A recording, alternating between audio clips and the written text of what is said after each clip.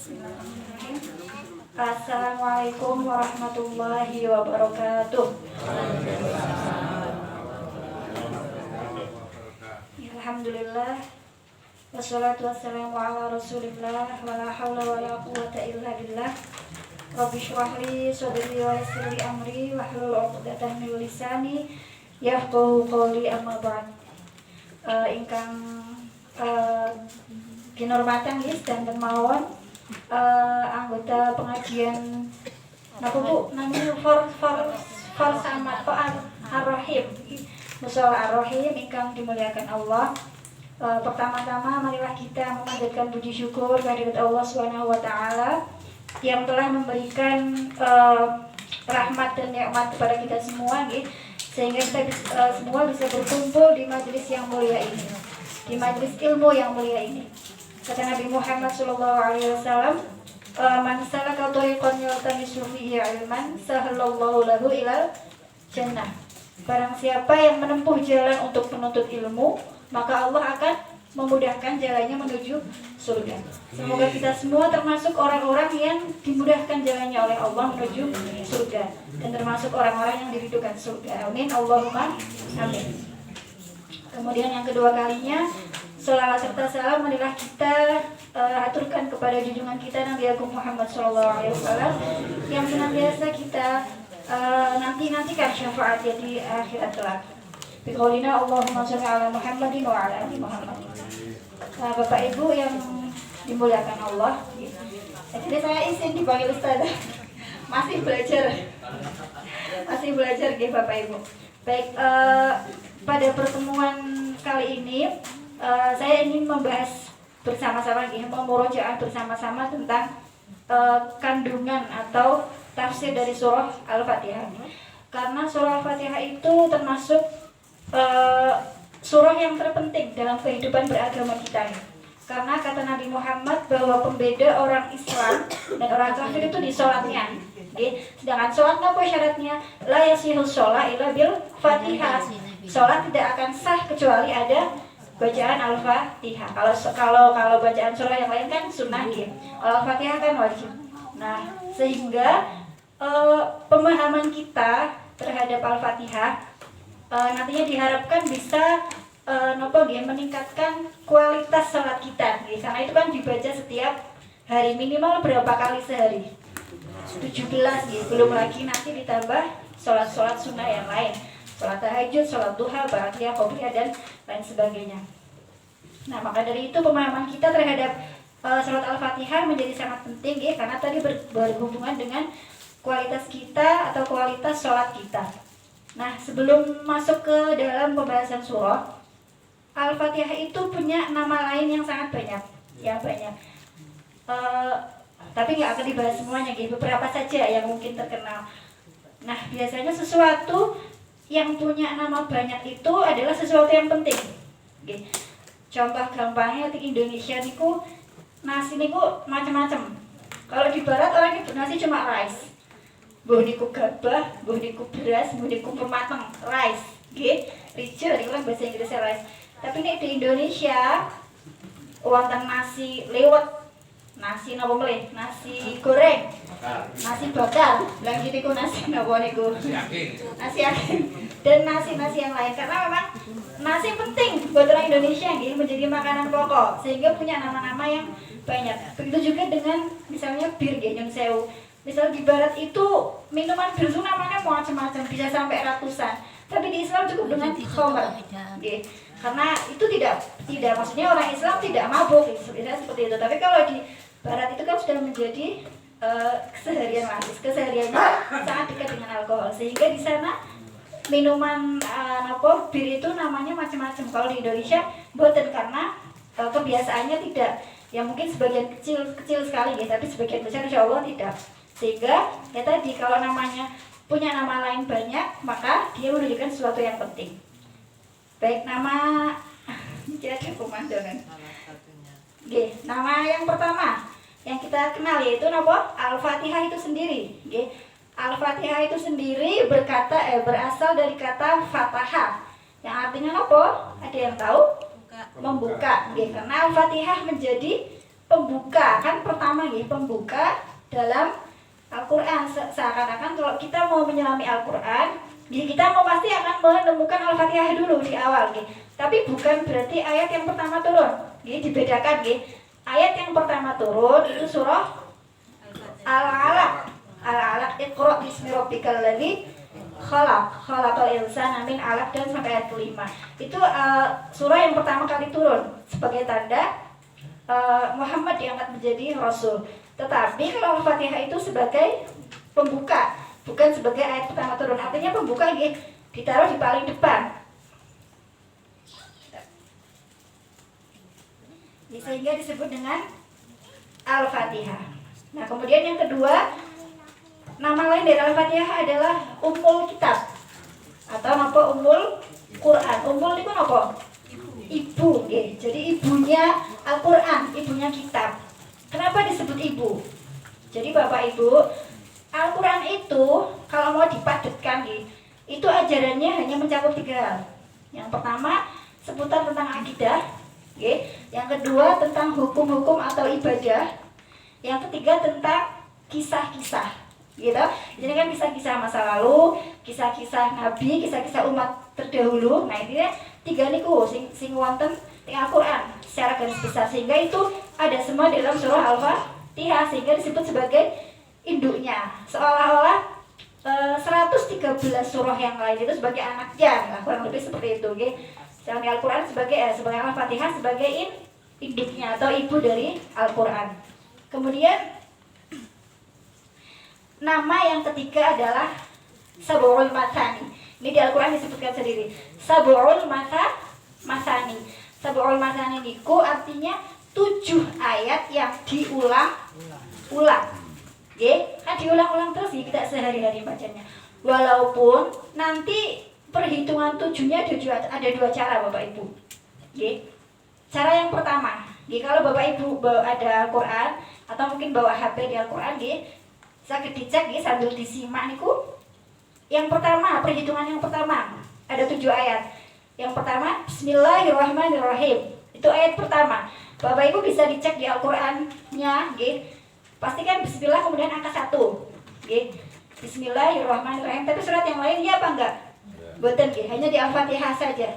Sehingga ayat yang pertama adalah Bismillahirrahmanirrahim. Ayat yang kedua, Alhamdulillahirabbil alamin. Ayat yang ketiga, Ar-Rahmanirrahim. Kemudian Maliki Yaumiddin dan seterusnya. Nah, kemudian versi hitungan yang kedua, yaitu apa? Yang tidak menganggap bahwa Bismillah bagian dari surah Al-Fatihah. Jadi ayat pertamanya Alhamdulillahirabbil alamin, Ar-Rahmanirrahim, Maliki Yaumiddin, Iyyaka na'budu wa iyyaka nasta'in, Ihdinas siratal mustaqim, siratal ladzina an'amta 'alaihim. Itu ayat ke-6. Terus kemudian ke-7-nya ghairil maghdubi 'alaihim waladdallin. Itu ayat ke-7. Jadi saya bawa tadi harus 7 ayatnya karena Al-Qur'an menyebut Al-Fatihah sebagai 7 ayat yang diulang-ulang. Walaupun nanti para ulama versinya berbeda. Nah, jadi perbedaan itu kemudian melahirkan biasanya bacaan basmalah dalam sholat. Kalau dalam misalnya mazhab Maliki itu termasuk yang ikut pendapat bahwa Bismillah bukan bagian dari Al-Fatihah. Sehingga ketika sholat langsung Alhamdulillahirabbil alamin, langsung begitu. Kan mungkin sering dengar imam sholat langsung apa? Alhamdulillah, tidak membaca Bismillah sama sekali karena beliau mengikuti hadis yang bahwa Bismillah itu bukan bagian dari Al-Fatihah. Kemudian yang kedua, kalau dalam madhab Syafi'i itu Bismillah bagian dari Al-Fatihah, ya kayak di Al-Quran ini, ya kayak kalau kita sehari-hari ini kayak nomor 1 sehingga dibacanya jahar sekalian, Bismillahirrahmanirrahim, Alhamdulillahirabbil alamin. Jadi diikutkan jahar karena bagian dari Al-Fatihah. Sedangkan pendapat yang ketiga ini dalam madhab Hanafi sama Hambali itu berpendapat bahwa Bismillah itu ayat Al-Quran, tetapi bukan bagian dari Al-Fatihah. Maksudnya nopo? Bismillah itu ayat sendiri yang turun sebagai pemisah antar surah. Karena zaman dulu Bapak Ibu, kalau surah Al-Qur'an itu nyampur betul pemisahnya. Di antara surah yang satu dengan yang lain itu gak ada pemisahnya. Sehingga turunlah ayat Bismillahirrahmanirrahim sebagai pemisah. Makanya kalau mau ganti surat kan pasti adanya di Bismillah. Nah, niku. Sehingga itu bagian dari Al-Qur'an tapi bukan bagian dari Al-Fatihah. Sehingga kalau dalam mazhab Hambali dan Hanafi itu sunnah membaca bismillah ketika sholat, makanya bismillahnya sir. Kan mungkin sering dengar juga imam alhamdulillah ngaten toh, biasanya kan terus langsung alhamdulillahirabbil alamin. Itu dasar perbedaannya. Kenapa kok dadak banter-banter? Karena hadisnya memang begitu. Hadisnya memang banyak dan memang begitu sehingga para sahabat pun kemudian menafsirkannya berbeda. Ya makanya Bapak Ibu sekalian, mboten usah heran nggih misale imam ning masjid kono kok manten bismillah, sing iki kok langsung langsung alhamdulillah, sing iki kok bismillah langsung alhamdulillah kok bismillah kok disirkan. Itu kamu tentu heran karena memang ada dasarnya semua, nggih betul semua. Nggih. Monggo derek sing pundi niku sing salah niku saling menyalahkan dan menghitung akhirnya Al-Fatihah ada 8. Salah ya. Al-Fatihah harus ada 7. Karena hadis dan Al-Qur'an menyebutkannya sebagai sab'ul matani, 7 ayat yang diulang-ulang. Baik Bapak Ibu, jadi kita di sini pakai yang versi ayatnya saja gitu, karena kita pakainya mushaf yang kita pakai di Indonesia gitu. Jadi ayat pertama Bismillahirrahmanirrahim. Nah, dalam bahasa Arab Bapak Ibu ada namanya jumlah dan sibul jumlah. Gampangannya jumlah itu kalimat yang mudah dipahami. Misalnya saya makan nasi uduk. Nah, itu kalimat yang mudah bisa dipahami. Bapak Ibu paham tuh kalau saya bilang saya makan nasi uduk, paham ya? Itu namanya kalimat kata kerja lah ya, kok kata kerja, kalimat yang berbentuk verbal ya, kata kerja. Ada juga kalimat atau jumlah yang berbentuk kata benda. Misalnya, niki, teh ini berwarna, ini warna apa nggih? Coklat atau merah niki. Teh ini berwarna coklat. Bisa dipahami? Ini kan ada kata kerjanya nggih. Itu namanya jumlah ismiyah atau kalimat kata benda nggih. Nah, ada yang kedua namanya sibul jumlah. Contohnya seperti Bismillahirrahmanirrahim. Ini kalau kita buat contoh di bahasa Indonesia, misalnya saya bilang gini, toko-toko saya bilang, dengan mobil yang mewah dan indah ini, paham buatan kira-kira? Nah, terus ngopo gitu kan, selalu terus apa gitu, then what gitu lah soalnya. Terus apa gitu. Jadi Bismillah ini kan moro-moro dengan nama Allah yang maha pengasih lagi maha penyayang. Namanya sibul jumlah, bukan jumlah karena dia tidak bisa dipahami tersendiri, kayak tadi yang saya contohkan dengan mobil yang mewah dan indah, udah gitu. Terus apa gitu, dengan kasur yang empuk dan misalnya tinggi, nah, dengan kerudung yang cantik dan mempesona, terus apa gitu. Nah, maka dari situ di sini hikmahnya sangat banyak. Bismillahirrahmanirrahim tidak dispesifikkan di belakangnya ada apa atau di depannya ada apa. Ini menunjukkan bahwa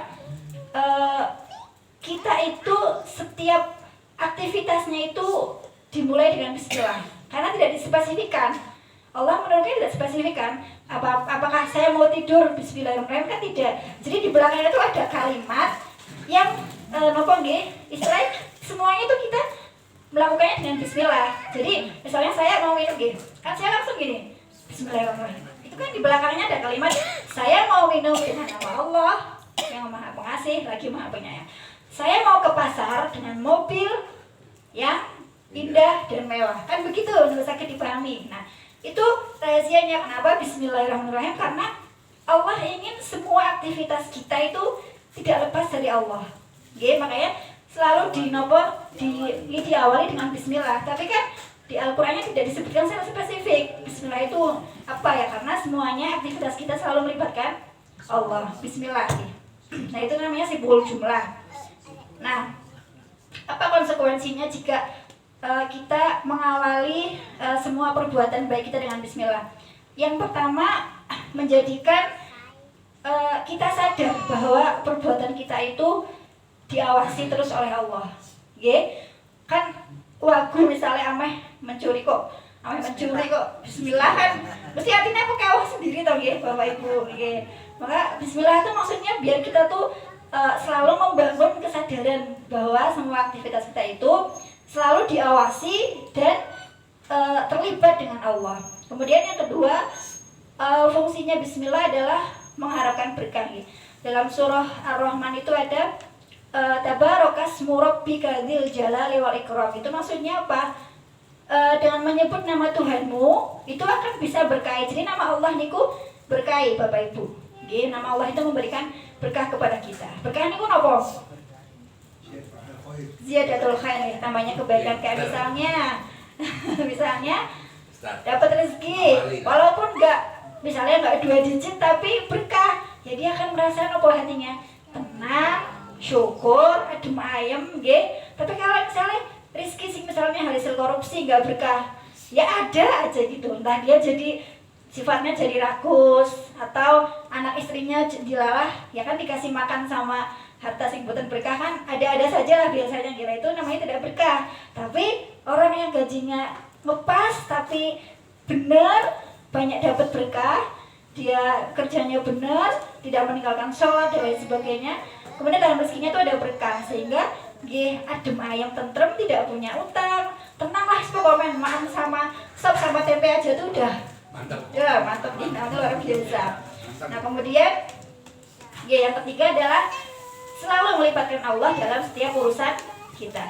Jadi kita cepat mawon. Kemudian ayat yang kedua yaitu alhamdulillahirabbil alamin.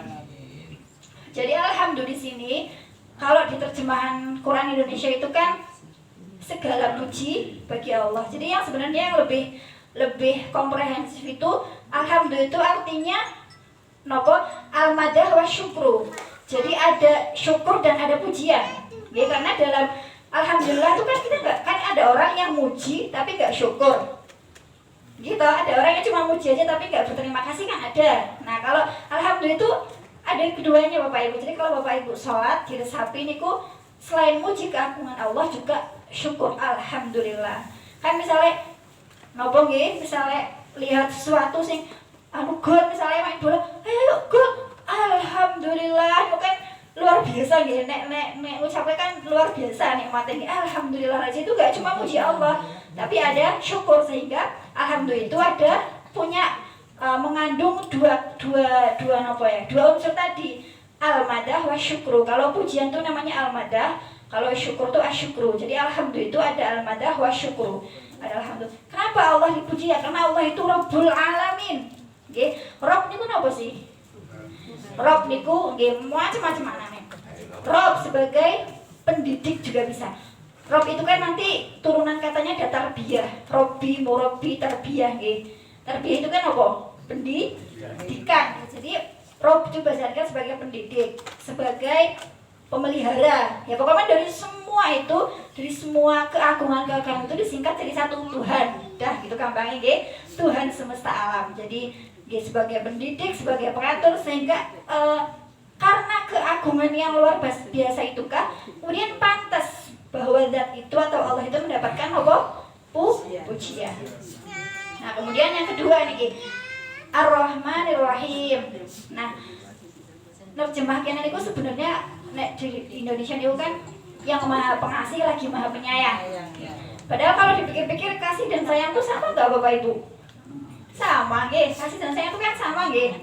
Karena memang Ar-Rahmanir Rahim itu sama-sama dari satu akar kata, yaitu napa? Rahim. Rahim itu napa? Kandungan. Jadi maksudnya filosofinya itu begini. Misalnya seorang ibu mengandung, bayinya ada di dalam. Karena ada bayi dia jadi mual-mual, pusing, demam kan biasanya awal-awal hamil kan begitu. Tapi apakah dia jadi benci sama bayinya? Tetap sayang.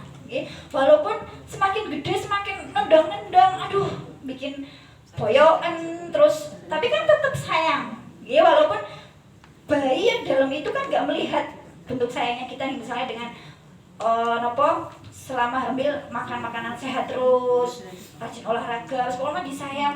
Dia nendang dikit walaupun misalnya boyoan tetap ya Allah nak gitu kan, maksudnya kan senang gitu lah, maksudnya itu kasih sayangnya tuh walaupun dianya nggak sadar, si bayinya ini tetap ibu tuh apa sayang sama dia. Nah ini sebagai filosofi bahwa Ar-Rahman itu artinya kasih sayang Allah kepada semua makhluk, baik dia muslim, baik dia kafir, baik dia musyrik. Jadi walaupun orang kafir itu kan buatan pun mengakui Gusti Allah, mengingkari apa yang diajarkan Allah, tapi Gusti Allah tetap sayang walaupun wis boh meh kayak gimana pun. Makanya kan buatan heran gitu, iku kok anu yo padahal muslim tapi kayak sosok banget gitu, kayak kok hidupnya enak banget. Itu salah satu bentuk kasih sayang Allah di dunia. Ya Ar-Rahman itu tadi.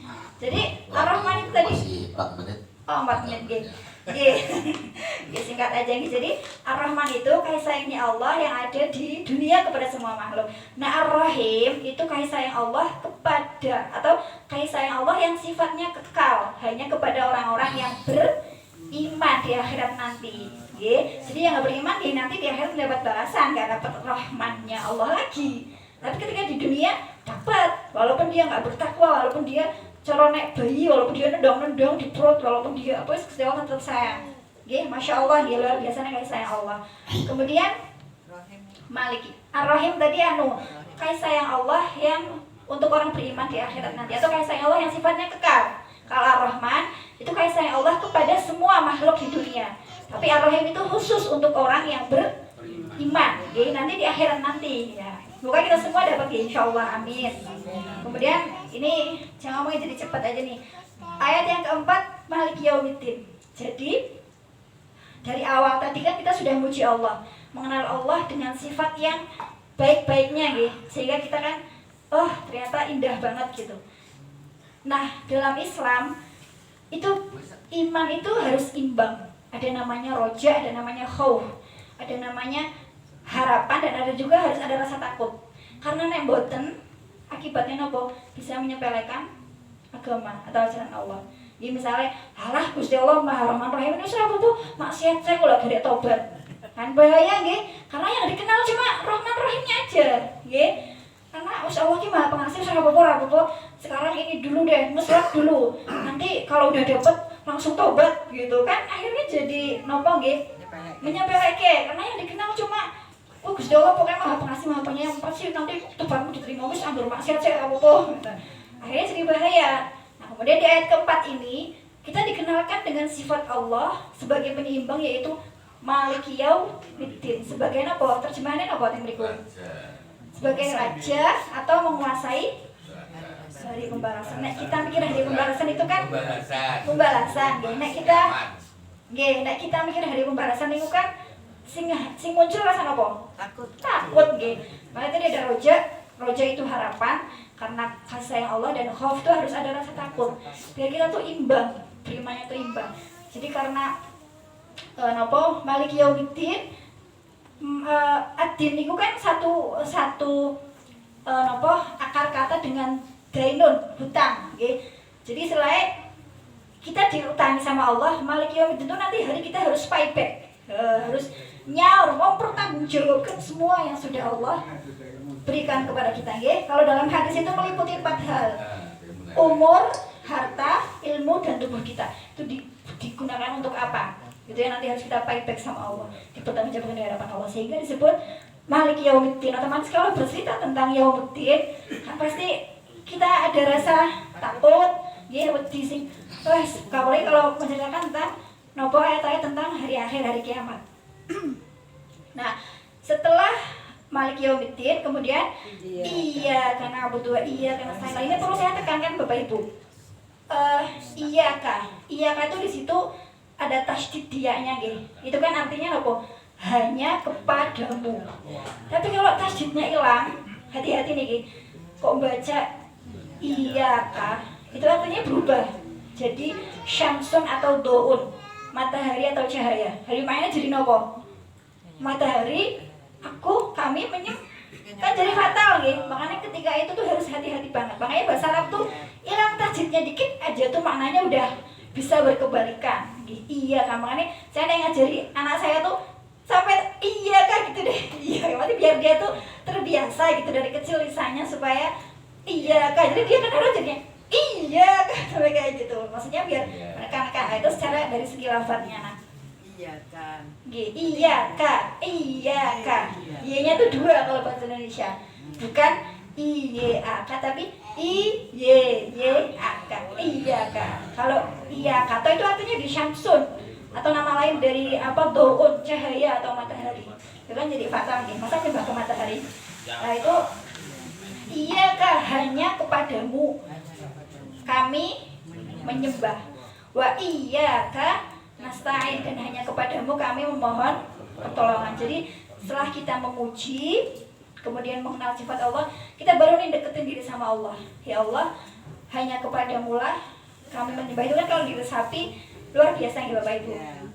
Hanya kepadamu lah, ini kita ikrar sendiri loh sama Allah. Hanya kepadamu lah kami menyembah, dan hanya kepadamu lah kami memohon pertolongan. Jadi kalau iya Kak, itu kan berarti objeknya. Kalau dalam bahasa Arab, kalau objeknya ditaruh di depan tuh memang berarti dia satu-satunya.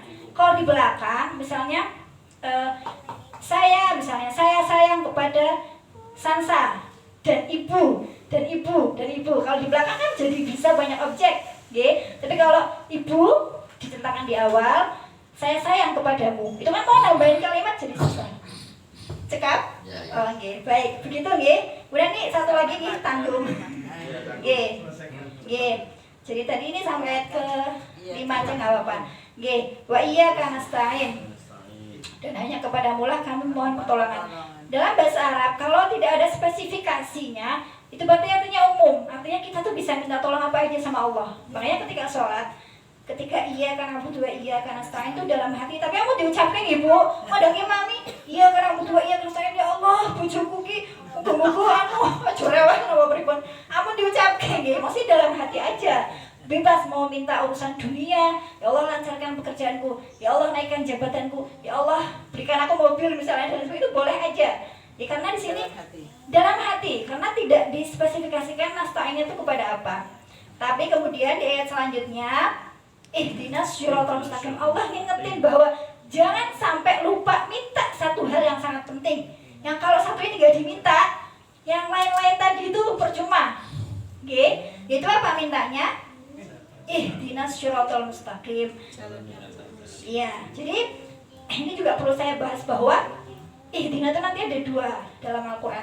Ihdina yang ada ilahnya dan ihdina yang gak ada ilahnya. Jadi langsung ihdinas syiratal sama ihdina ila syiratal, ila syrati. Nah bedanya apa? Kalau ihdina ila itu minta ditunjukkan, tapi contohnya ngeten, Mbak Nela jalan mau ke puskesmas itu gimana ya? Oh dari ini jaringan lurus sekitar berapa meter, belok kanan, nanti pertigaan belok kiri sekitar 500 meter di sebelah kanan. Nah itu puskesmas, itu namanya ihdina ilah. Minta ditunjukkan aja. Berarti kalau kita pakai ihdina ilah tuh kayak Allah tuh udah ngasih tahu, ghibah itu dosa, jamaah itu baik, puasa itu kayak ditunjukin gitu aja. Tapi kalau ihdinas syiratal nggak ada ilahnya, dalam hal ini di ayat Al-Fatihah ini langsung ihdinas syiratal tanpa ihdina ila syiratal. Itu artinya apa? Selain ditunjukkan minta dibimbing. Jadi Mbak Nela jalan ke puskesmas itu mana? Ayo tak antar jenengan di belakangku ya. Semut tak antar sampai niki lho Mbak puskesmase. Nah itu ihdinas syiratal. Ya jadi bedanya ihdina ila dan ihdinas syiratal. Yes, sudah dipahami. Jadi minta dibimbing, dibersamai, juga ditunjukkan sama Allah. Gak cuma ditunjukkan aja. Kalau ditunjukkan kan kita udah dikasih tahu nih Bapak Ibu ya. Kalau misalnya jamaah pahalanya segini, kalau ghibah dosanya segini, kan udah dikasih tahu. Tapi kalau ihdinas syiratal tuh minta langsung dibimbing langsung ke jalan yang lurus, ya. Cepet aja. Yaitu apa? Syiratal ladzina an'amta 'alaihim ghairil maghdubi 'alaihim waladdallin, itu jalannya orang-orang yang telah engkau beri nikmat. Kalau kata-katanya yang telah engkau beri nikmat, artinya orang-orang itu udah sedo apa masih hidup? Sudah sedo. Artinya jalan-jalan orang-orang terdahulu, para nabi, orang-orang yang soleh, syuhada, solehin. Kalau di ilmu hadis tuh 3 generasi terbaik itu generasi sahabat ya, nabi, sahabat, tabiun, tabi'in itu 3 generasi terbaik. Jadi kira-kira seperti itu. Jadi mencontoh orang-orang soleh yang dulu, karena kan kata-katanya an'amta alaihim. Ya, jadi orang-orang yang sudah nggak ada. Nah kemudian ghairil maghdubi alaihim, bukan jalan mereka yang maghdub. Maghdub itu dimurkai, ya, terjemahannya dimurkai. Ghairil maghdubi bukan jalan yang dimurkai. Kalau dalam tafsir itu yang dimaksud tuh nopo? Orang Yahudi. Emang kenapa orang Yahudi? Orang Yahudi itu udah dikasih tahu dan mereka tahu jalan yang benar, tapi nggak mau ngelakuin. Nah, itu kalau maghdub. Nih, kalau waladhdallin itu artinya orang yang tersesat. Dia memang nggak tahu jalannya, tersesat. Atau dia udah tahu jalan, tapi dia nggak mau meningkatkan supaya nopo nggih, makin ngerti. Akhirnya imannya jadi lama-lama bisa pudar. Itu juga termasuk waladhdallin, tersesat. Kalau udah tahu dasar-dasar Islam, tapi bisa menjadikan dia menafsiri dengan seenaknya sendiri, jadinya malah imannya lama-lama pudar. Itu juga termasuk kategori dhalin. Ya, jadi kalau maghdub itu kira-kira gampangnya orang yang tahu ilmunya tapi nggak mau mengamalkan. Ya, atau orang yang udah tahu petunjuknya tapi nggak mau ngelakoni, itu maghdub. Kalau dhalin itu memang orang tersesat, dia nggak tahu anunya gitu atau caranya. Begitu ya kira-kira, cepet mawon. Kira-kira cukup nih Pak. Atau nuwun nyuwun mohon maaf bila banyak kesalahan atau ngomongnya terlalu cepat, mohon dimaafkan. Cukup. Bagus Pak.